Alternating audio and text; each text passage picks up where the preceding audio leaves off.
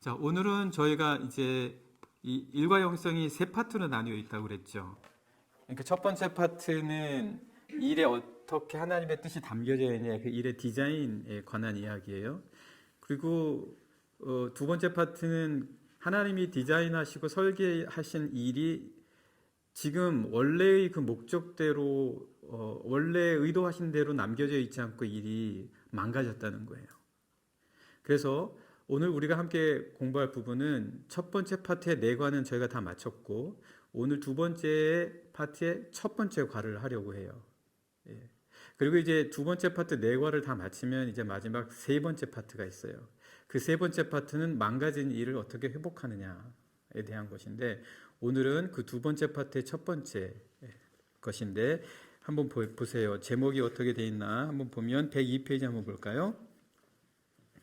102페이지 보면 큰 제목으로 어떻게 되어 있죠?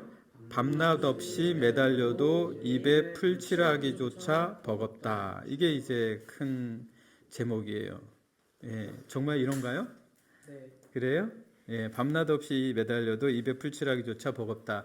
아무래도 여러분들은 아직 학생들도 있고 하니까 직장인들은 좀 다 잘 알겠지만 학생들은 뭐 좀 더 시간이 지나면 경험하게 되겠죠. 뿐만 아니라 결혼하고 자녀를 낳고 돈 씀씀이가 더 많아지게 되면 아마 더 절실하게 느껴지게 될 부분들이에요. 작은 제목은 어떻죠? 아무리 일해도 열매가 없다. 성과가 없는 거예요. 내가 바라는 꿈이 이루어지지 않는 거예요. 내가 하고 싶은 대로 안 되는 거예요. 여러분 한번 생각해 보세요. 여러분들이 지금까지 원하는 대로 다 결과가 주어졌어요? 학교에서 공부하면 나 이 정도 하고 싶다. 그 생각대로 다 결과가 주어졌나요? 잘 안 되는 경우가 더 많잖아요. 그죠? 예. 아마 최선의 결과를 쟤는 받았네라고 생각하는 경우에도 막상 그 사람에게 물어보면 그 사람조차도 만족하지 못하는 경우가 되게 많다는 거예요. 그러니까 일이라는 게 그렇다는 거예요. 이 일 안에는 여러 개가 다 포함되어 있어요. 공부도 포함되어 있고 직장생활도 포함되어 있고 가정생활도 포함되어 있고 모든 것이 다 포함되어 있을 텐데 그 모든 것을 내가 꿈꿨던 만큼 되기가 상당히 어렵다라는 거예요. 근데 만약 에덴을 생각해 보세요. 에덴에서도 그랬을까요? 에덴에서는 아니었겠죠. 에덴에서는 목적했던 바와 꿈꾸는 대로 이루어지게 되는 하나님의 본래의 계획이 그 안에는 풍성했겠는. 근데 지금은 왜 이러냐라는 거예요. 그래서 한계만 자꾸 느껴지는 거예요. 여러분이 만약에 직장 생활을 하거나 무언가를 하는데 꿈꾸는 대로 안 돼요. 성과가 안 나요. 갈등만 많이 생겨요. 그럼 어떻게 하겠어요? 때려치우고 싶죠. 때려치우고 싶거나 아니면 옮기는 거죠. 바꿀 수도 있을 거예요. 그럴 때 갈등이 생긴다는 거예요. 때려치워야 되냐? 옮겨야 되냐? 이걸 계속 붙들고 있어야 되냐? 어떻게 해야 되냐라는 거예요. 무엇이 하나님의 뜻일지 질문하게 되겠지만 답은 잘 주어지지 않는다라는 거예요. 그럴 때 어떻게 해야 되냐? 오늘 그거에 대해서 한번 생각해 보자라는 거예요. 자, 그래서 오늘 이 두 가지 제목과 함께 일 속에서 무언가가 잘못됐다라는 거예요. 뭔가 원래 하나님께서 창조하신 그때 그 계획이 그대로 보존되어지고 지켜지는 것이 아니라 일이 인간이 아담과 하와 이후에 타락되었던 것처럼 그것이 일에도 영향을 미쳐서 일을 해도 제대로 그 결과가 주어지지 않는 세상이 되었다. 이것은 내가 지금 일터에서 일을 해나가는 현장에서도 마찬가지로 너무나 쉽게 확인할 수 있다라는 거예요. 그래서 여러분 프린트물을 보면은 두 번째 슬라이드의 첫 번째 포인트를 보면 이 세상이 어떻다라고 되어져 있어요. 거기에 예, 불의하고 부당하다라는 거예요. 내가 이만큼 했으면 그만큼의 결과가 주어져야 되는데 그렇지 않다라는 거예요. 내가 직장에서 이만큼 일을 했는데 그만큼의 대우를 나한테 안 해주는 거예요. 쉽게 말하면. 내가 직장을 위해서 이만큼 헌신하고 애쓰고 일했는데 그 상급자가 상사가 나는 인정을 안 해주고 다른 사람을 인정해 준다는 경우도 있을 수가 있겠죠. 어떨 때는 개인적인 친분이 더 깊다고 해서 일의 성과도 무시한 채 개인적인 친분으로 더 다른 사람을 세워주는 경우도 생길 수도 있는 거예요. 그러면 내가 이 일을 이렇게 해야 하는 이유가 뭐냐는 거예요.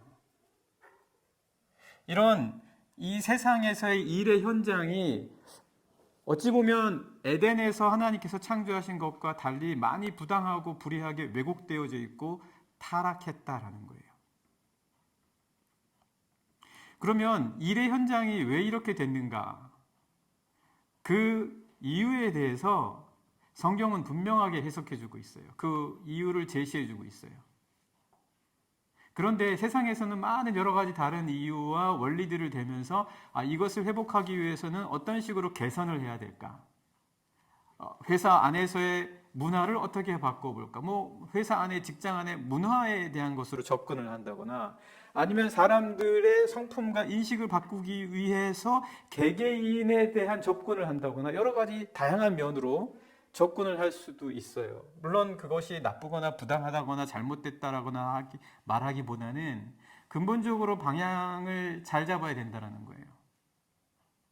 성경은 그것에 대한 분명한 원인을 이야기해주고 있어요. 일터의 현장이 왜 이렇게 왜곡되어져 있는가? 왜 일한 만큼 대가가 주어지지 않는가? 일을 해도 왜 열매가 없고 일을 할수록 왜 더 지치게 되는가? 왜 일을 하는데 기쁨이 없는가? 왜 내가 일을 현장에서 일을 바꿔야 되겠다는 유혹을 받게 되는가? 무슨 이러한 모든 것들에 대한 이유는 바로 뭐다? 죄라는 거예요. 성경은 분명하게 제시해주고 있어요. 그것은 죄 때문이다. 그런데 오늘날 세대가 어때요, 여러분? 오늘날 세대는 죄를 되게 이야기하고 싶어 하지 않는 세대예요. 적어도 성서에서의 의미에서의 죄는 인정하지 않아요. 성서에서의 죄의 정의가 뭐예요? 하나님과 멀어진 거예요. 하나님과의 관계가 깨어진 거예요. 관계로 보고 있어요. 성경에서는 죄를 관계로 보고 있어요. 이 관계는 하나님과의 관계가 기본이고 그것으로 말미암은 타인과의 관계, 그리고 자기 자신과의 관계가 다 포함되어 있는 거예요. 이게 모든 죄의 근원이자 뿌리예요. 그런데 우리는 그 관계에서 죄의 근원을 보지 않고 다른 데서 자꾸 찾아내려고 하는 게 오늘날 이 세대라는 거예요. 그렇게 해서는 문제를 고칠 수도 없고 이 문제가 생겨나게 된 원인을 제대로 파악하거나 볼 수도 없다라는 거예요. 그러니까 자꾸 잘못된 치료법을 제시하는 거예요. 그래서 또 똑같은 상황이 반복되고 근원적인 해결이 되지 않고 임시 방편, 그런 짧은 단기적인 해결책에만 의존하게 된다라는 거예요. 그래서 두 번째 포인트로 한번 가볼까요? 어떻게 되어 있죠? 이 모든 것의 어긋남을 한번 보자. 어떻게 해서 이 일터의 현장이 그리고 본래의 이 일이 왜곡되어졌는지 그 이유에 대해서 성서가 말해주는 것을 한번 살펴보자라는 거예요. 자, 먼저 한번 잠깐 그래서 말씀을 보실까요? 창세기 2장 17절입니다. 우리가 이 일에 왜곡된 이유를 말씀 안에서 근본적으로 보지 않으면 아마 여러분 그 일터의 현장에서 여러분의 고민과 그리고 해결할 수 없는 문제를 두고 계속해서 씨름하고 말 거예요. 그래서 오늘 이 시간은 무엇보다도 더욱 중요합니다. 자, 그래서 창세기 2장 17절의 말씀을 한번 같이 봐요. 창세기 2장 17절 여러분이 너무나 잘 아는 거죠. 이게 이유인 거예요. 이게 문제의 뿌리예요. 같이 한번 읽읍시다. 2장 17절 시작. 선악을 알게 하는 나무의 열매는 먹지 말라. 내가 먹는 날에는 반드시 죽으리라 하시니라. 이거는 하나님께서 에덴 동산에 인간을 두시면서 그리고 그 에덴 동산이라고 하는 완벽한 장소를 제공해 주시면서 인간에게 말씀해 주신 거예요. 꼭 지켜야 될 가치로 주신 거예요. 이거는 강제가 아니에요. 강제였다면 선악과를 두실 필요가 없어요. 그죠? 무조건 인간을 선악과 주변에 가지 못하도록 철조망을 쳐놨으면 돼요. 선악과를 공중에 띄워놓으셨어도 됐었을 거예요. 그런데 얼마든지 접근할 수 있도록 하고 철조망이나 울타리도 치지 않은 상태에서 말씀까지 친절하게 해주세요. 너희가 선악에 대한 나무가 있는데 거기에 가서 그거 먹어서는 안 된다라는 그런 말씀까지 친절하게 해주신다라는 얘기예요. 그거는 강제가 아니라는 얘기예요. 뭐예요? 자유예요. 선택이에요. 본인에게 달려있는 거예요. 하나님은 우리 인간을 만드시고 꼭두각시로 인형처럼 로봇으로 만드신 게 아니에요. 한 인격체로 만드신 거예요. 영적인 존재로 만들어주신 거예요. 그가 모든 것을 생각하고 판단할 수 있어요. 그가 결정하는 거예요. 그렇게 해서 자기의 삶을 살아가는 거예요. 그러면서도 하나님과의 관계를 지키기를 하나님께서는 원하셨던 거예요. 사랑이 그런 거예요. 사랑을 누가 강제하겠어요? 누가 사랑하는 마음을 억지로 주겠어요? 너 나 사랑해야 돼, 사랑해야 돼. 너 나만 봐야 돼, 나만 봐야 돼. 누가 그렇게 한다고 그렇게 할 수가 있겠어요? 그것은 자기가 사랑하는 마음으로 사랑할 수 있어야지 된다라는 얘기인 거예요. 하나님과의 관계도 그런 거예요. 선악과를 두신 것은 그 이유 때문인 거예요. 하나님은 인간이 자발적으로 하나님을 사랑하기 때문에 하나님을 순종해서 그 선악과를 먹지 않기를 원하셨던 거예요. 그러나 그 결과는 어떻게 됐어요? 인간은 그 자유의지로 그 선악과를 자발적으로 먹게 되는 거예요. 그래서 어떻게 됐어요? 그 결과? 말씀은 죽는다고 나와 있잖아요. 죽은 거예요. 사람들이 이상하게 생각하죠. 안 죽던데요? 살아있던데요? 예. 여기서 죽는다라는 것은 육체의 죽음만을 의미하는 게 아니에요. 육체로만 죽으면야 괜찮죠, 그나마.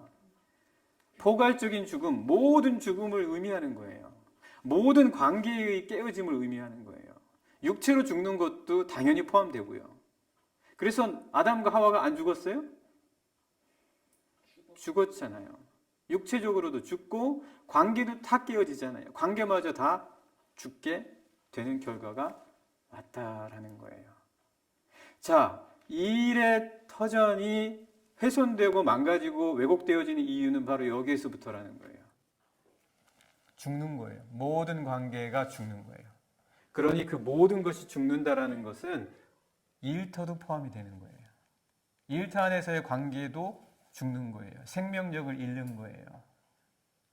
하나님께서 디자인하신 그 설계가 깨어지는 거예요. 하나님과의 관계가 깨어지는 순간부터.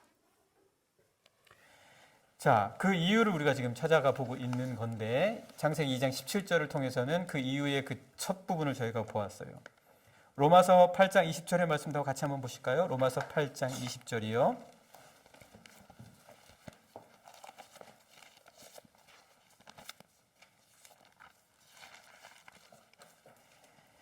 자, 로마서 8장 20절 말씀 우리 같이 한번 봐요. 네, 읽어볼까요? 시작.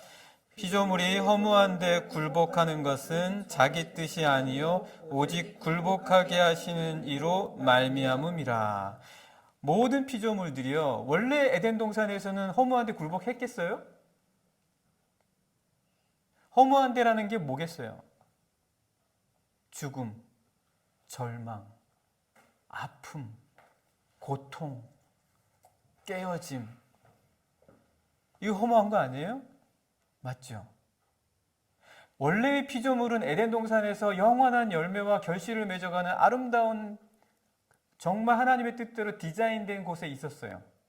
그런데 그 피조물이 죄로 말미암아 아담과 하와가 하나님께 순종하지 못하고 그 깨어진 관계를 시작하게 됨으로부터 허무한 것이 들어오기 시작했다는 거예요. 허무한 게 뭐냐? 말씀드린 것처럼 죽음, 아픔, 고통, 훼손, 절망, 이런 것들이 들어오기 시작했다는 거예요. 그래서 이 모든 피조물도 이 죽음이라는 것에 본디 디자인은 그렇지 않았음에도 불구하고 죽음을 경험하고 절망 가운데 훼손되고 파괴되는 것, 다시 말해서 이 성서의 로마서의 표현대로 이야기하자면 허무한 데에 굴복하는 그런 상태가 되었다는 거예요. 이거는 피조물뿐만 아니라 우리도 마찬가지예요. 일터도 마찬가지예요. 일터에서 이렇게 하면 좋을 텐데 허무한데 자꾸 에너지를 낭비하게 만들어요. 자꾸 쓸데없는데 더 본질적인 일에 열심을 내서 그 일로 말미암아 내 기쁨도 얻고 그리고 뭔가 이루어가는 그런 감사를 체험하게 하는 것이 아니라 허무한데 오히려 더 본질을 제쳐둔 채 더 애를 쓰고 더 노력하게 만들어서 우리의 귀한 힘과 그리고 에너지를 낭비하게 만들 수 있다라는 거예요. 일터에서조차도. 이 모든 것들이 전반적으로 다 들어올 뿐만 아니라 우리 일터의 현장에도 오게 되었는데 세상에서는 이 일터에서의 생산성이나 효율성이 왜 이렇게 좋지 않냐? 한번 이유를 따져보자. 직장 내 문화도 바꿔보고 그리고 사람과 사람과의 관계, 인성 그리고 어떤 심리 치료도 한번 받아보게 하고 여러 가지 많이 제시를 하기는 하지만 본질적인 부분에 대해서 성서가 이야기해 주는 것을 외면하고 있다는 거예요. 성서는 오늘 여기서 분명히 창세기와 로마서에서 이야기해 주고 있는 대로 우리가 하나님과의 관계가 깨어짐으로 말미암아 우리 본성 자체 안에서 자꾸 허무한데 에너지를 쓰게 만들고 있기 때문이라는 거예요. 허무한데 오히려 우리가 더 빠져서 심취하거나 허무한 것에 우리가 더 즐거움을 느끼려고 한다거나 아니면 거기에 중독되어진다거나 하는 그런 결과들이 오게 되었다라는 거예요. 자, 일의 현장이 그렇다는 거예요. 오늘 이야기가 이게 일이 깨어지고 망가진 부분이기 때문에 약간은 우리가 지금 본 말씀들이 우리를 좀 약간 힘들게는 하고 있지만 그러나 이 부분도 우리 알아야 되는 거예요. 예. 듣기에 우리가 약간 좀 너무 힘이 들기는 하지만 알아야 되는 부분이다. 이거를 아는 사람들은 많아요. 예. 그래서 이것을 여러분 예이츠라는 시인 알죠? 예이츠라는 시인도 노래했어요. 예. 이분도 크리스찬이죠. 그래서 재림, 세컨드 커밍이라는 시를 줬어요. 그게 오늘 책에 나와 있어요. 그 일부가. 같이 한번 볼까요? 105페이지예요. 105페이지 중간에 인용구 있죠, 그죠? 예, 거기 같이 한번 읽어봐요. 예이츠가 시로서 노래한 거예요. 같이 읽어보겠습니다. 시작. 만물이 허물어져 간다. 중심을 잡을 수가 없다. 온 천지에 종잡을 수 없는 난장판이 펼쳐질 따름이다. 이게 이제 이 시가 1919년 이후에 지어진 시래요. 1919년이면 1차 대전이 끝나고 나서 이제 전쟁이 좀 종전이 되고 안정을 찾을까 싶었는데 곧 이어서 2차 대전이 일어나는 거예요. 히틀러가 군비를 증축하고 증강하고 전쟁을 이 유럽에 들이우는 그런 때였다라는 거예요. 여러분 한번 생각해 보세요. 인간이 정말 모든 것을 스스로 다 잘할 수 있다면 그리고 인간의 이성으로서 모든 것을 제대로 판단할 수 있다면 어떻게 히틀러와 같은 200만이 넘는 유대인을 학살하는 그런 정책에 협력하거나 동조할 수 있냐라는 거예요. 어떻게 그게 가능하냐고요. 여러분 우리가 지금 독일에 살고 있지만 나는 지금까지 독일에 살면서 이 독일 사람처럼 냉철하고 이성적이고 판단을 잘하는 사람을 내가 잘 못 봤어요. 유럽 대륙에 어디를 가봐도 깨끗하고 질서정연하고 사람들이 차분하고 어떻게 그런 일이 벌어지냐는 거예요. 영적으로밖에 설명이 안 되는 거예요.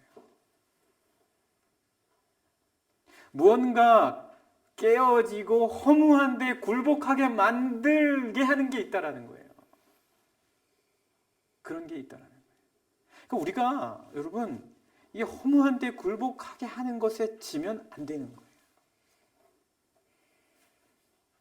일터에서도 그런 일들이 벌어질 수 있다라는 거예요. 왜 멀쩡한 회사가 갑자기 하루아침에 흔들려요? 직장 오너가 엉뚱한 데 투자를 했다거나 아니면은 말도 안 되는 그런 일들이 벌어지는 여러 가지 현상들을 볼 때 이게 정말 도대체 왜 이 일터가 이렇게 되냐. 그 근원과 이유를 어디서 찾을 수 있냐. 오늘 말씀에서 찾을 수 있다라는 거예요. 야, 그러면 우리 직장 생활이 이거 참 정말 불안한 거 아니냐? 우리 직장 생활을 어떻게 해야 되는 거냐? 뭐 이런 생각이 들겠죠. 자, 이 문제에 대해서 조금 더 생각해 보자라는 거예요. 지금 이 에덴 동산, 그 완벽했던 하나님이 만들어 주신, 하나님이 디자인해 주시고 설계해 주신 그곳에서부터 벌어진 그 이 일이 도대체 어디로 어떤 식으로 발전되어져서 어떻게 악영향을 끼쳤냐라는 거예요. 자, 우리 창세기 3장 7절 한번 볼까요? 이게 직접적으로 하나님께서 너희가 이거 선악과를 먹게 되면 죽는다고 하셨는데 아담과 하와가 그걸 먹었잖아요. 그래서 그 결과로 벌어진 일이 도대체 뭔지 한번 구체적으로 따져보자라는 거죠. 창세기 3장 7절 말씀이에요.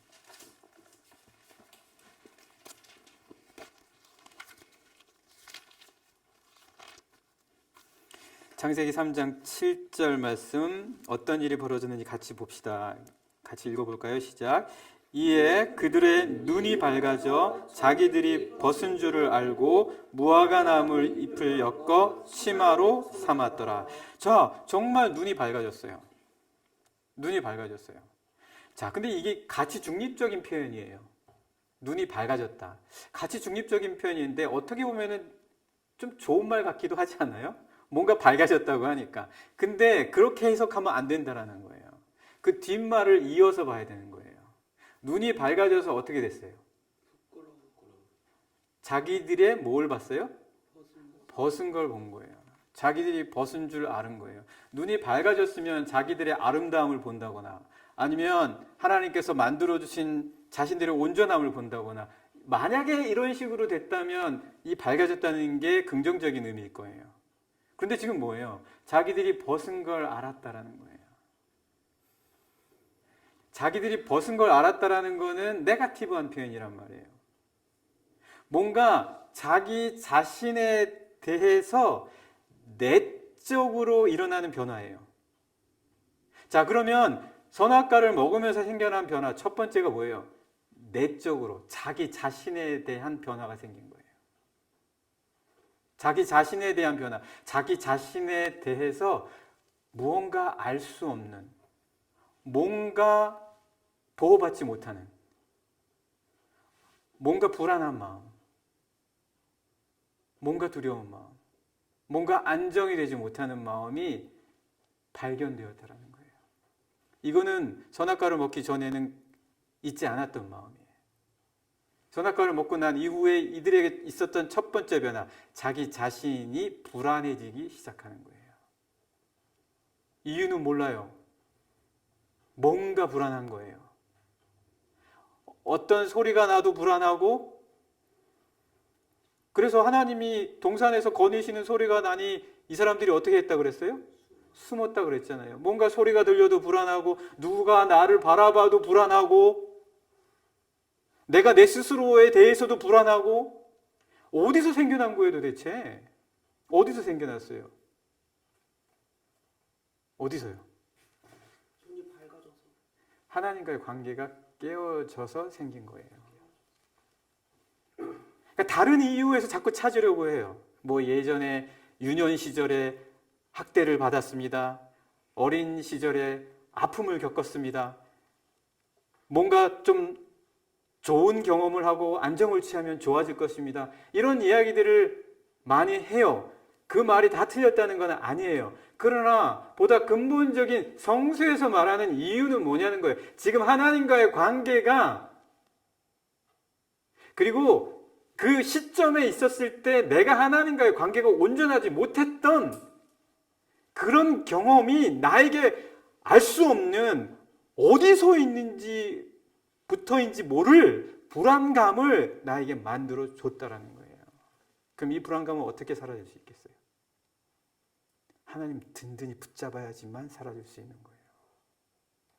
아무리 명상을 취하고 아무리 안정을 취해도 하나님과의 관계가 온전히 회복이 되지 않으면 자꾸 살아나고 자꾸 올라오고 자꾸 거듭되는 거예요. 아시겠죠? 하나님과의 관계가 깨어졌을 때 첫 번째 나타나는 변화, 나에게 내면에 벗은 거를 알게 되는 거예요. 뭔가 나를 지켜주고 보호해주는 것이 없어서 불안해지기 시작했다는 거예요. 자, 이거를 이제 그 프린트물 한번 보세요. 프린트물 보시면은 세 번째 포인트요. 두 번째 슬라이드에 데이빗 애킨스는 뭐라고 그랬다고요? 수치심이라고 그런 거예요. 수치심. 이 수치심이라는 것은 벗어서 부끄러운 것이기는 하지만 포괄적인 거예요. 모든 게 여기에 다 포함되어 있다라는 거예요. 제가 여러분들한테 일일이 다 말하지 않겠어요. 다 여러분들도 알고 있는 내용들이에요. 또 그리고 어떤 변화가 생깁니까? 어떤 변화가 생기냐면 그 말씀 계속해서 읽어볼까요? 벗은 줄을 알고 그 다음에 어떤 일이 있었어요? 무화과나무 잎을 엮어서 어떻게 했어요? 치마로 삼았다. 자기를 어떻게 하는 거예요? 가리는 거예요. 자기의 막을 치는 거예요. 자기를 보호하는 거죠. 자기를 지키려고 하는 거예요. 지킬 수 없는 자신을 스스로 지키려고 하는 거예요. 이 회복의 길은 다른 곳에 있는데 자기가 스스로 치마를 만들어서 가리면 지켜진다라고 생각을 하는 거예요. 타인과의 관계에 있어서 점점 더 멀어지는 거예요. 내 자신에게 생겨난 그 변화가 나 자신 안에서 끝나는 게 아니라 다른 사람과의 관계에도 부정적으로 영향을 미치기 시작하는 거예요. 그래서 나중에 아담과 하와가 어떻게 돼요? 부부인데도 불구하고 서로 원망하잖아요. 하나님이 주신 저 여인이 나에게 이걸 먹으라고 해서 제가 먹을 수밖에 없었습니다. 저 여자 때문입니다. 불화가 생겨나기 시작하는 거예요. 적대적인 관계가 생겨나기 시작하는 거예요. 갈등이 생겨나기 시작하는 거예요. 어떻게 이 에덴에서 그런 일이 벌어질 수 있냐고요. 하나님이 그렇게 완벽하게 아담의 일부분을 취해서 여인을 만들었는데도 불구하고 같은 한 몸에서 나온 사람들끼리도 이렇게 갈등과 분열이 생길 수가 있고 대립할 수 있다라는 거예요. 이게 심지어 누구한테까지 원망해요? 아담이? 하나님 때문에 그런 거 아닙니까? 하나님이 나에게 주신 이 여인 때문에 그런 거 아닙니까? 하나님에게 대해서도 적대적으로 나아가게 되는 거예요. 그게 자기를 보호하는 방법이라고 생각하는 거예요. 치마를 가리고 숨는 게 뭐예요? 하나님에게 적대적으로 가고 그리고 나의 이웃과 주변 사람들에게 과잉 보호하고 나를 지키기 위해서는 저 사람들에게 적대적으로 나가는 거예요. 과민하게 반응하고 쉽게 분노하고 폭발하고 자기의 주장을 관철시키려고 무엇이든지 하려고 하고 정당화하는 이런 일들이 벌어지게 된다는 거예요. 원인을 잘 알아야 되는 거예요.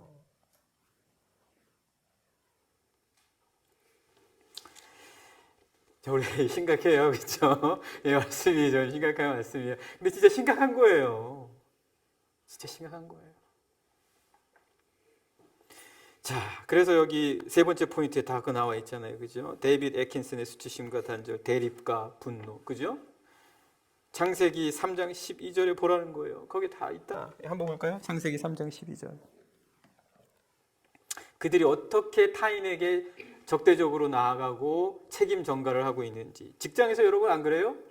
자기의 실수가 다른 사람에게 실수를 전가시켜야 돼요. 자기가 괜찮으려면, 직장에서 살아남으려면.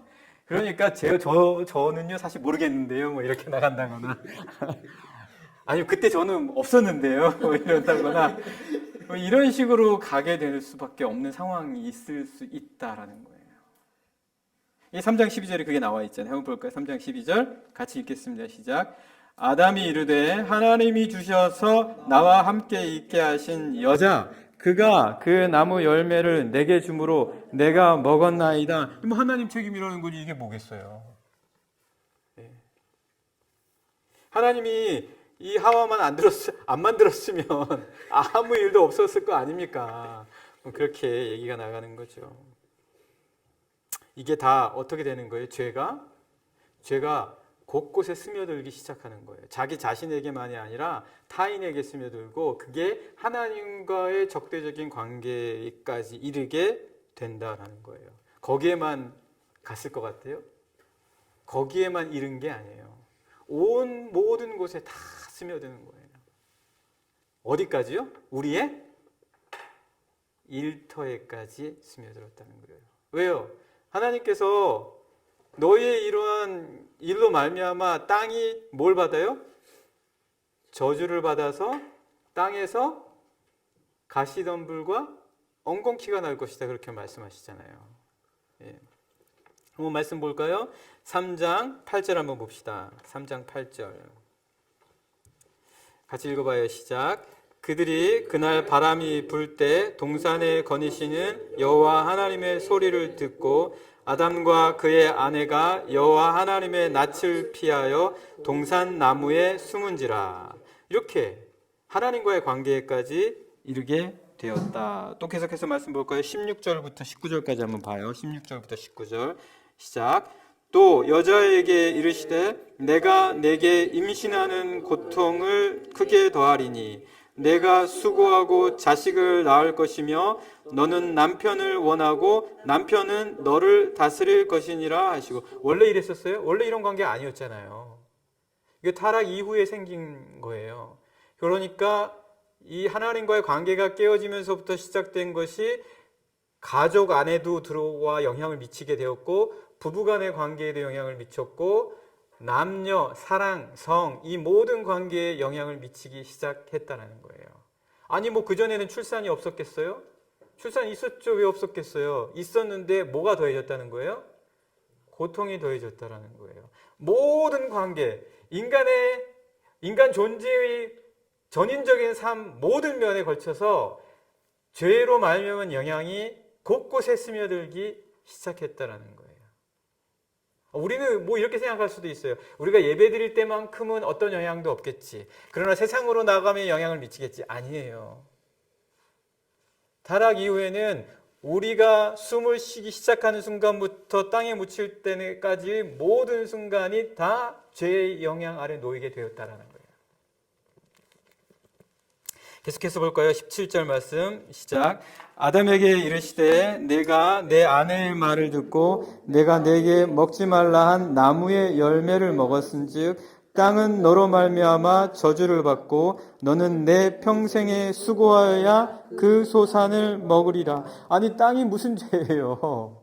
피조물이 무슨 죄예요? 그러나 죄로 말미암아 땅이 저주를 받고 피조물이 허무한 데 굴복하게 되는 아담은 땀을 흘리고 수고를 해야지만 원래 일은 그런 게 아니었다라고 했죠. 하나님의 형상대로 지음받은 이유가 하나님처럼 하나님의 매뉴얼에 따라 일할 수 있는 능력이 부여되었기 때문에 하나님의 형상대로 지음을 받은 존재라고 얘기했잖아요. 그런데 이제는 일이 뭐가 된 거예요? 수고가 된 거예요.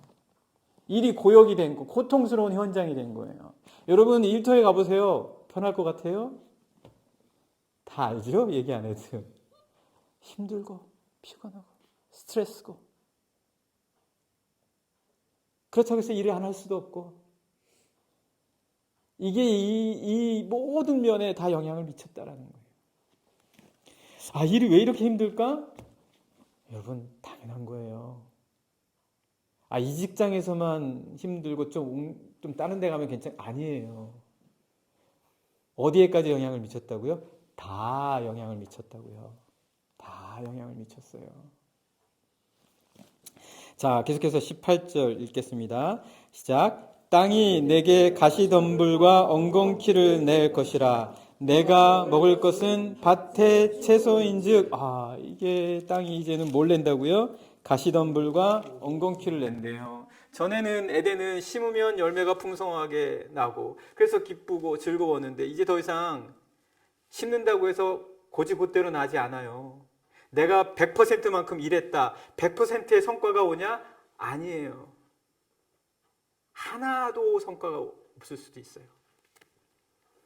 어떤 사람은 20% 했는데 100%를 받을 수도 있어요. 이 세상이 죄의 영향을 받은 거예요. 뭐 계속해서요. 다 그래요. 예. 자, 참. 저 여러분들에게 지금 여러분들을 기운 빠지게 하려는 얘기 아니에요. 예, 우리가 일을 보자라는 거예요. 일의 현장이 왜 이렇게 고역이고 수고고 고통스럽냐 이거 보는 거예요. 그리고 그 원인을 파악해서 대처하기 위해서다라는 거죠. 그래서 알 월터스라는 이제 신학자가 이렇게 얘기를 했어요. 108페이지 한번 잠깐 볼까요? 108페이지.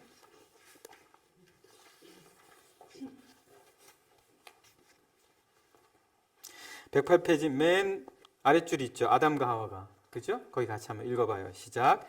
아담과 하와가 죄에 빠진 건 개인적인 불순종 행위 수준에 그치지 않으며 피조세계 전반의 재앙이나 다름없는 사건이라는 게 성경의 분명한 가르침이다. 죄의 파장은 피조물 전체에 두루 미친다. 원론적으로 그 무엇도 타락의 영향에 잠식되는 걸 피할 수 없다. 국가나 가족 같은 사회 구조는 물론이고 예술이나 기술 같은 문화적인 추구, 성과 식생활 같은 신체적인 기능을 비롯해 세상에 속한 그 무엇을 살펴봐도 창조주께서 친히 지으신 멋진 작품들이 이제는 주님을 거역하는 터전으로 전락하고 말았음을 볼 수 있다. 그런 뜻에서 바울은 피조물도 썩어짐에 종살이를 하고 있다고 했다. 이런 거예요. 전반적으로 다 이 죄가 우리의 일터에까지 영향을 미치게 되었기 때문에 일의 현장이 우리가 원하는 대로 성취하고 열매가 맺어지는 그런 곳이 더 이상 아니다라는 얘기예요. 여러분 일의 현장에 나가기 전에 이거 다 알고 있어야지 돼요. 모르면 가서 너무 힘들면 지치는 거예요. 그 이유를 찾아보려고 해도 말씀에서 주시는 이유를 알지 못하면 해결이 안 되는 거죠. 그래서 여기 네 번째 포인트 레이버라는 거 알죠? 레이버가 뭐예요? 노동. 예. 그것도 어떤 뜻이 있어요? 실험실. 라보라토리. 그거보다는 레이버 하면 분만. 예. 아이를 낳을 때도 역시 레이버라는 소리를 하잖아요. 그죠? 왜요? 둘 다 고역이라는 거예요. 둘 다 일이 돼버렸다는 거예요. 자, 그러면 우리가 이제 지금까지 이 모든 하나님과의 관계가 깨어지는 죄로 말미암아 모든 분야에 심지어 우리의 일의 현장에까지 그 영향이 미쳐서 들어오게 되었다라는 것을 보았어요. 자, 이번에는 그러면은 우리가 한번 이제 일과 관련된 부분을 좀 더 집중해서 한번 보도록 해요. 일과 관련된 부분이요. 그러면 이제 일과 관련된 부분이라면 창조 당시에는 어떤 부분을 봐야 되겠어요? 일과 관련된 부분이라면 어디예요? 하나님께서 일하시는데 어떤 구약에서는 어떤 모습으로 오셨다고 그랬죠? 신약에서는 목수고 가드너죠. 구약에서는 가드너. 예수님이 정원을 만드시는 모습으로 오셨잖아요. 그죠? 그러니까 에덴을 한번 보세요. 이 에덴이 나중에 어떻게 돼요? 타락 이후에는 거기에서 뭐가 생겨나기 시작했어요? 가시덤불과 엉겅퀴가 나오기 시작했다라는 말이에요. 자, 여러분들이 일을 했어요. 일터에서, 직장에서 학교 졸업하고 이제 직장에 갔어요. 직장에 가서 너 이거 해봐 하고 딱 일을 맡겨주는 거예요. 너무 좋았어요. 열심히 해보려고 했어요. 최선을 다해서 했어요. 그래서 갖다 줬어요. 그랬더니 돌아온 건 뭐예요? 욕. 욕하고 뭐냐 이게 이러려면 때려치워라 막 이런 말을 들을 수도 있잖아요. 그리고 그런 말을 듣지 않더라도 내 스스로가 또 어떨 수 있어요? 내 스스로가 만족을 못할 수도 있어요. 아니면 내가 열심히 하려고 했는데 갑자기 내 몸이 어떻게 돼요? 아픈 거예요. 최선을 다 못하겠는 거예요. 너무 안타까운 거 아니에요? 내가 정말 잘 준비했어요. 이제 뭔가 한번 해보려고 했어요. 근데 갑자기 아픈 거예요. 왜 이런 일들이 벌어지냐라는 거죠. 그리고 갑자기 코로나가 생겼어. 그래서 우리 직장에 들어갔는데 몇 달 동안 가보지도 못한 사람도 있어. 뭐 이런 일이 왜 생기는 거예요 도대체? 왜 우리가 할 수 있는 영역이 아니잖아요. 우리가 할 수 있는 영역이 아닌 부분에서 일들이 생겨날 수 있다라는 거예요. 창세기 3장 17절과 18절 우리가 읽은 부분의 말씀이에요. 자, 어떤 종류의 가시덤불과 엉겅퀴가 있는지 한번 볼까요? 우리 세 번째 슬라이드의 두 번째 포인트 한번 보세요. 첫 번째가 뭐예요? 능력. 그러니까 어떤 가시덤불과 엉겅퀴가 있냐? 내가 열심히 하는데 스스로를 돌아봐도 내가 능력이 좀 안 되는 것 같은 거예요. 다른 거는 잘하는데 이것만큼은 잘 못하겠어요. 이거 내가 계속 해야 되나라는 생각도 든단 말이죠. 이런 식의 어떤 가시가 있을 수 있다라는 거예요. 뭐 그런 것만 있겠어요? 내가 일을 하는데 또 어떤 일도 있을 수 있어요? 상황이 안 되는 거예요. 최선을 다하고 싶은데 그 최선이 안 되는 그럴 만한 상황이 있는 거예요. 뭔가 어떤 진급시험이 있는 거예요. 그래서 진급시험 준비를 하려고 하는데 집안에서 계속 시끄럽게 하고 막 상황이 안 되고 자꾸 일 시키고 이러다 보니까 진급시험이 제대로 안 된다. 그러니까 우리가 가시라고 해서 성과만을 말하는 게 아니라 온갖 종류의 모든 가시가 내 일터의 현장에서 있을 수 있다. 이거를 알아야 된다라는 거예요. 내가 적어도 이 정도의 과정을 다 마쳤으니까 직장에 뛰어들면 뭐든지 별 탈 없으면 좋은 성과가 나오고 그래서 내 계획대로라면 몇 년 후에는 어느 자리에까지 올라가고 그리고 어떤 성과를 내서 또 다른 도전을 할 수 있겠지라고 계획을 할지 모르나 그게 그렇게 되지 않는 게 우리 일터라는 거예요. 왜요? 일터에는 뭐가 있다고요? 가시덤불과 엉겅퀴가 있다라는 거예요. 또 어떤 일들이 있을 수 있어요? 환경이 안 되는 거예요. 아니 갑자기 우리 방금 얘기했잖아요. 코로나가 왜 갑자기 생긴다는 거예요. 우리 예배도 같이 못 드렸잖아요. 그죠? 몇 년이에요? 한 2년 그랬어요? 이런 일이 있으리라고 누가 상상을 했어요? 나는 처음에 코로나 생길 때 그냥 저러다 말겠지 그랬어요. 그런데 예배까지 못 드리고 뭐 몇 명 이상 못 모이고 이렇게 되리라고는 생각도 못 했어요. 여러분 생각했어요? 그런 일을 어떻게 생각해? 왜 이런 일이 벌어지냐는 거예요. 누가 계획해서 될 일이냐는 거예요. 이런 것들이. 또 어떤 일들이 있어요? 어떤 가시들이 있어요? 갈등. 모든 사람이 내 뜻대로 해줄 것 같아요? 내가 제안을 하면 좋아, 정말 좋아, 이 사람의 낸 제안대로 우리 다 합시다 하고 모두가 박수치면서 따라올 수 있는 상황은 극히 드물다라는 거예요. 오히려 더 뭐가 많아요? 경쟁이 치열하면 견제도 심해요. 좋은 아닌데도 불구하고 그것보다는 이라고 이렇게 나올 수 있기가 더 쉽다라는 거예요. 왜요? 우리 일터예요. 일터가 가시덤불과 엉겅퀴가 있다라는 거예요. 여러분 다 알아야 되는 거예요. 또 뭐가 있어요? 피로한 거예요. 피로해요. 건강을 그렇게 자신했는데 일 시작하고 나서 내가 내 스스로 건강을 돌볼 수 없을 정도로 왜요? 오라고 하는데 안 갈 수 있나? 그러니까 가야지. 거기를 가는 대로 그냥 쫓아다니다 보면 내 건강을 내 스스로도 못 지키고 그리고 또 한국에서는 또 뭐 다 그런 건 아니겠지만 요즘 많이 좋아졌다고 하기는 하지만 또 술자리도 막 억지로 가야 되는 그런 현장도 있잖아요. 그죠? 나는 대학 때 첫 신입생 환영회 때 선배들이 술을 억지로 마시게 하는데 여러분들 세대는 안 그랬어요? 대학 때요? 신학대학에서요? 아니 나는 일반 대학 나왔으니까. 네. 마셨겠어요? 안 마셨겠어요?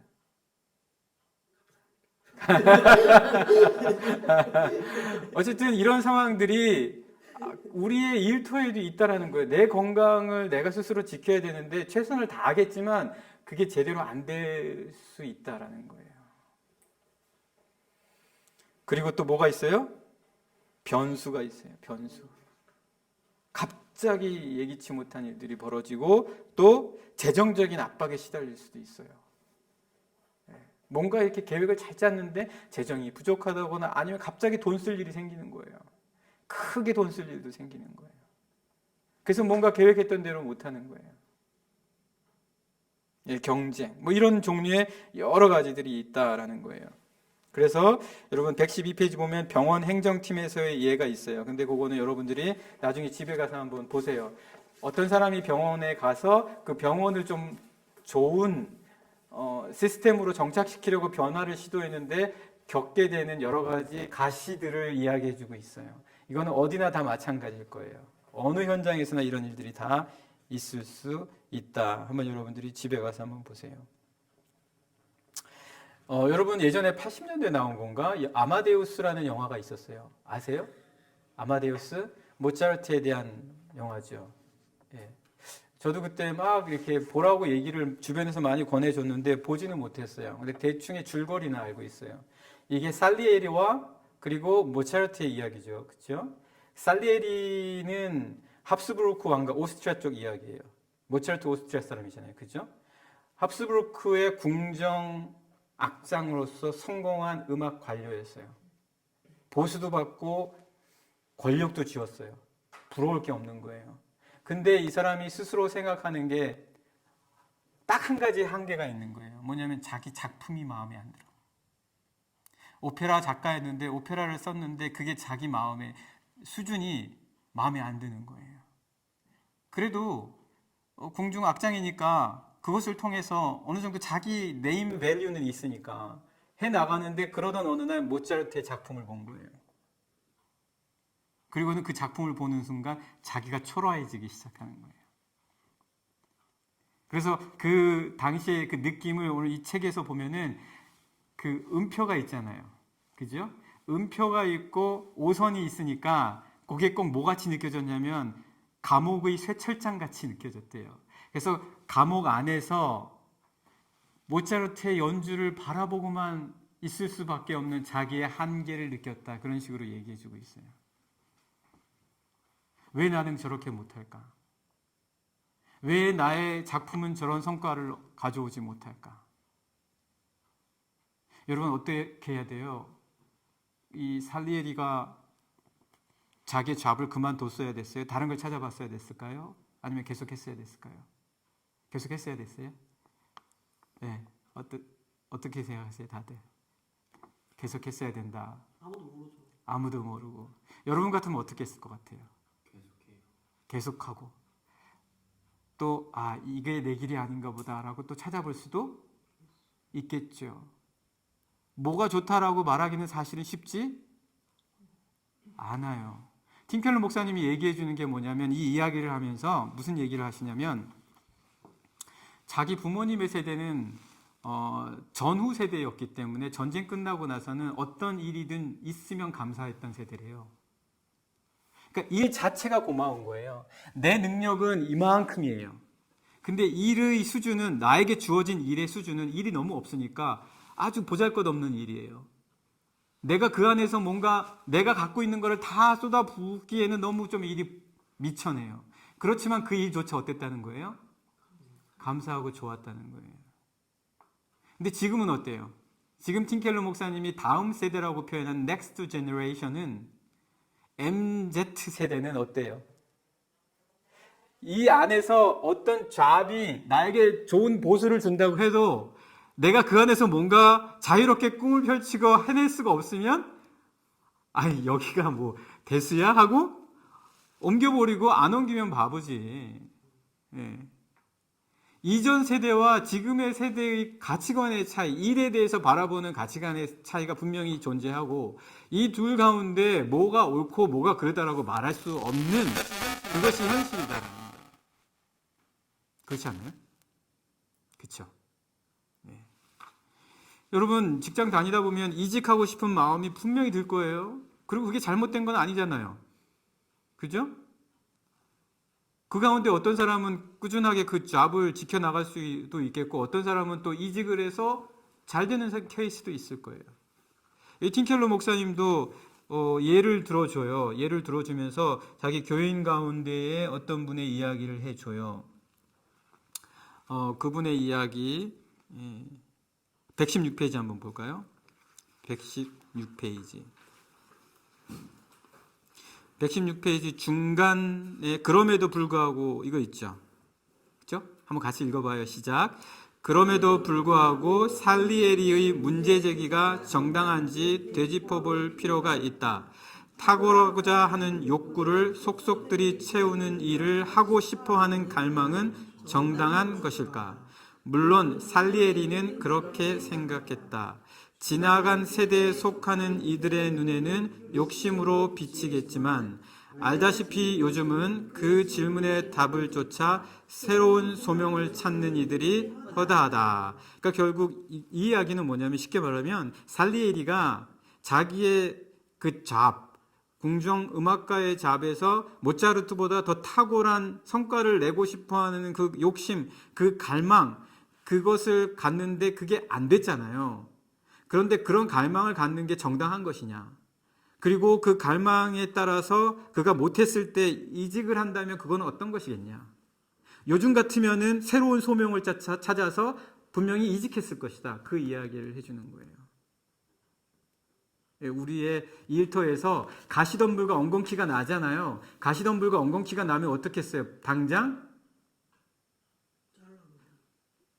이직하고 싶고 새로운 소명을 찾고 싶은 그런 갈등과 욕망이라고 하면 좀 안 좋을 수도 있겠지만 어떤 그런 새로운 어떤 도전을 해보고 싶은 생각들이 들 수 있는 게 당연하다라는 거예요. 그렇지만 중요한 게 있겠죠. 그런 상황에서도 이 미묘한 사이 속에서 뭔가 내가 이직을 하든 남아있든 가시덤불과 엉겅퀴가 나는 이 일터의 현장에서 그 사이를 선택하게 할 만큼의 정당한 근거를 우리가 찾을 수 있어야 된다는 거예요. 그 근거가 어디에 있다? 성경에 있다라는 거예요. 그래서 이제 틴켈러 목사님이 그 월스트리트에서 일자리를 잡은 사람이 간호대학에 새로 들어가는 이야기를 해줘요.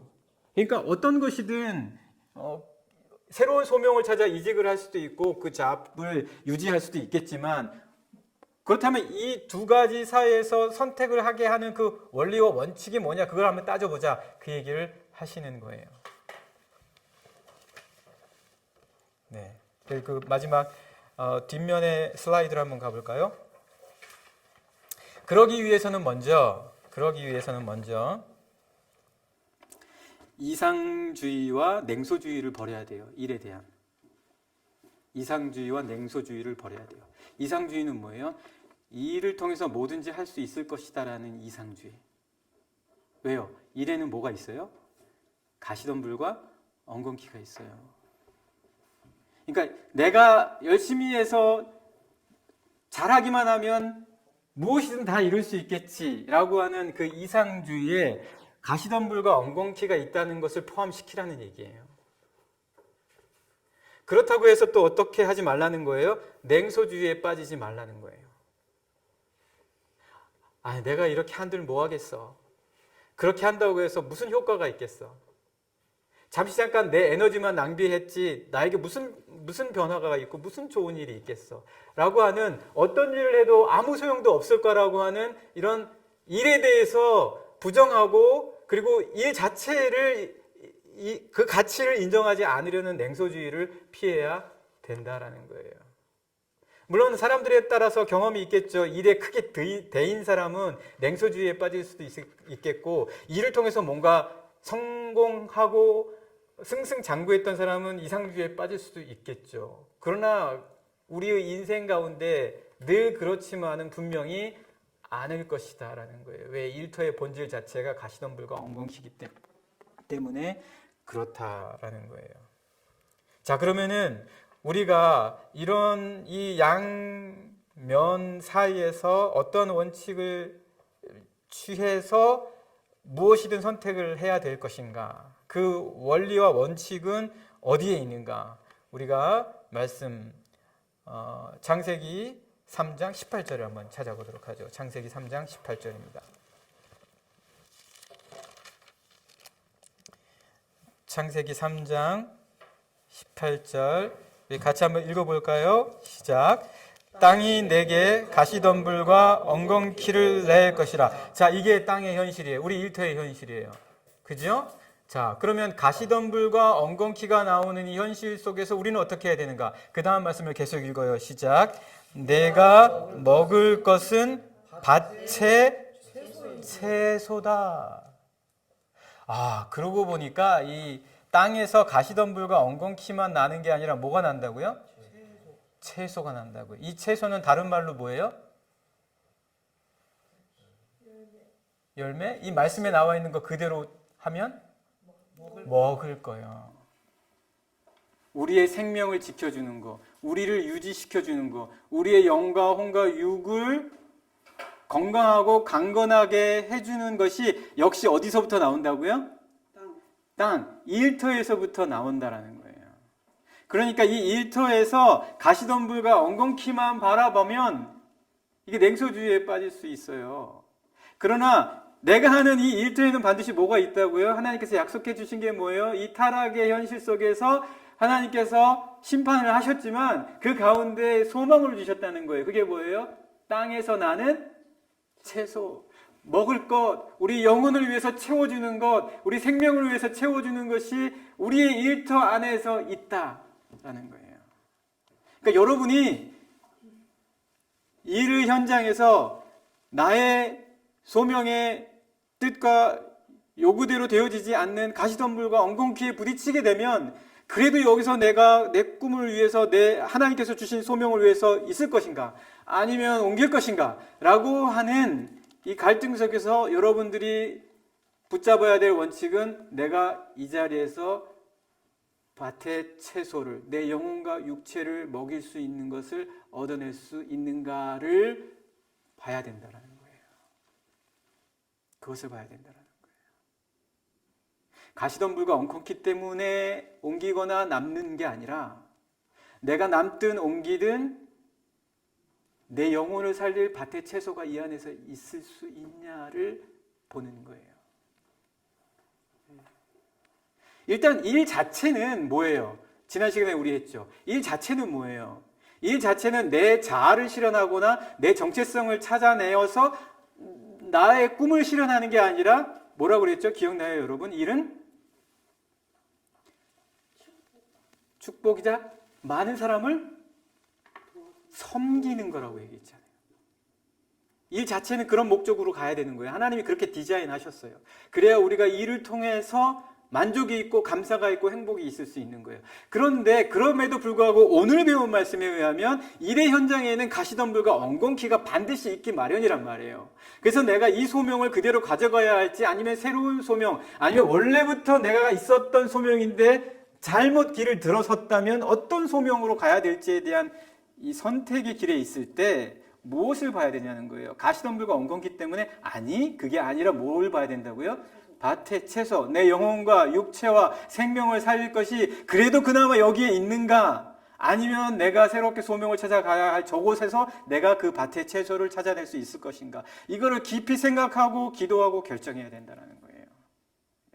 왜요? 어차피 일은 많은 사람을 섬기도록 하나님께서 우리에게 디자인해 주신 것인데 그 일을 선택하는 가운데 가시덤불과 엉겅퀴 때문에 이런 순간에 꼭 가게 될 수 있을 것이다. 네. 여러분 일이 저도 알아요. 여러분들 정말 일의 현장에서 정말 애쓰고 수고하고 힘씁니다. 그럼에도 불구하고 여러분 이런 순간이 혹시 닥치면 꼭 이 말씀 기억하세요.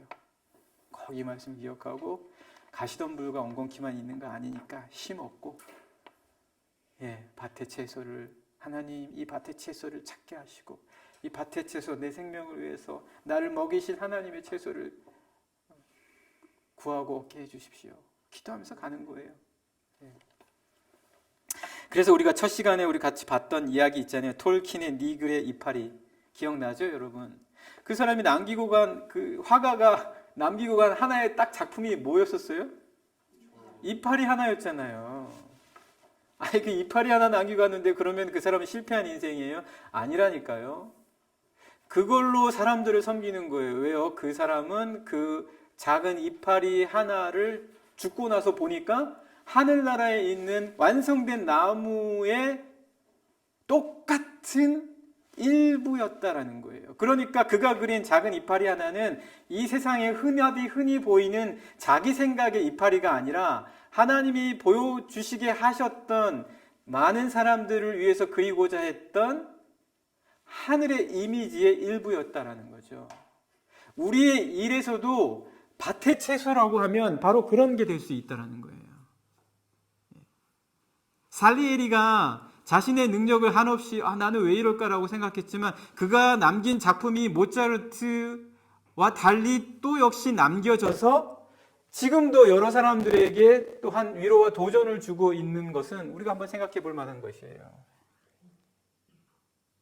내가 굳이 큰 원대한 나무의 전부를 그려내지 못할지라도 내가 누군가의 영혼을 살리고 나의 영혼을 살릴 밭의 채소를 이 잡에서 찾아내고 일구어낼 수 있다면 그것이 작은 이파리 하나일지라도 그것이 내 일이 될 만한 충분한 뭐가 있다? 가치가 있다라는 거예요.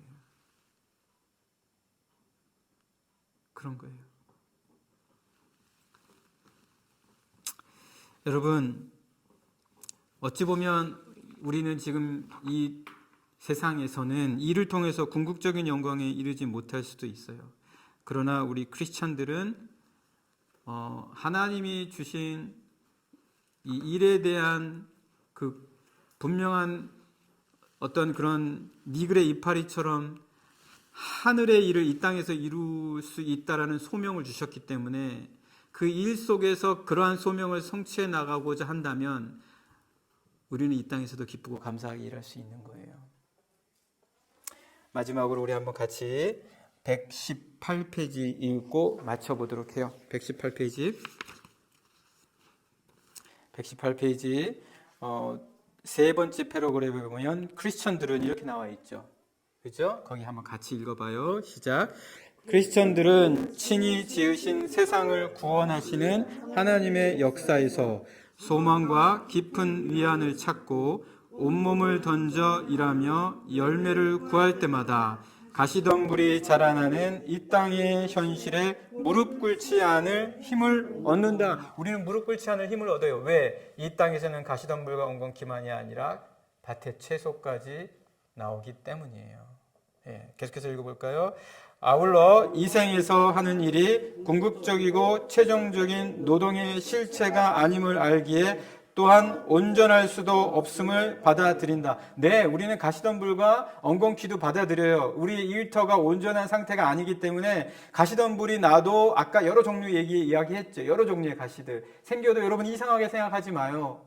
우리 일터는 온전한 상태가 아니기 때문에 이런 게 당연히 생겨날 수밖에 없어요. 엉겅퀴가 다 생겨나서 우리의 발목을 잡을 수도 있어요. 당연해요. 우리는 받아들여요. 그렇지만 거기에 머무르지 않는다. 계속해서 읽어볼까요? 시작. 모든 사람이 죄를 범하였으므로 하나님의 영광에 이르지 못하는 처지에 놓이지 않았던가. 그러나 우리는 이 땅에서 하나님께서 약속해 주신 우리의 생명과 영혼과 육체를 살린 양식을 얻을 수 있다라는 것도 받았습니다.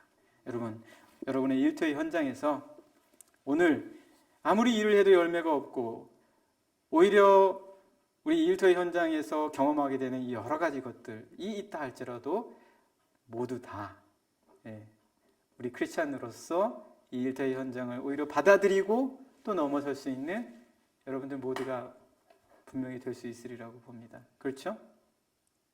아멘. 아멘.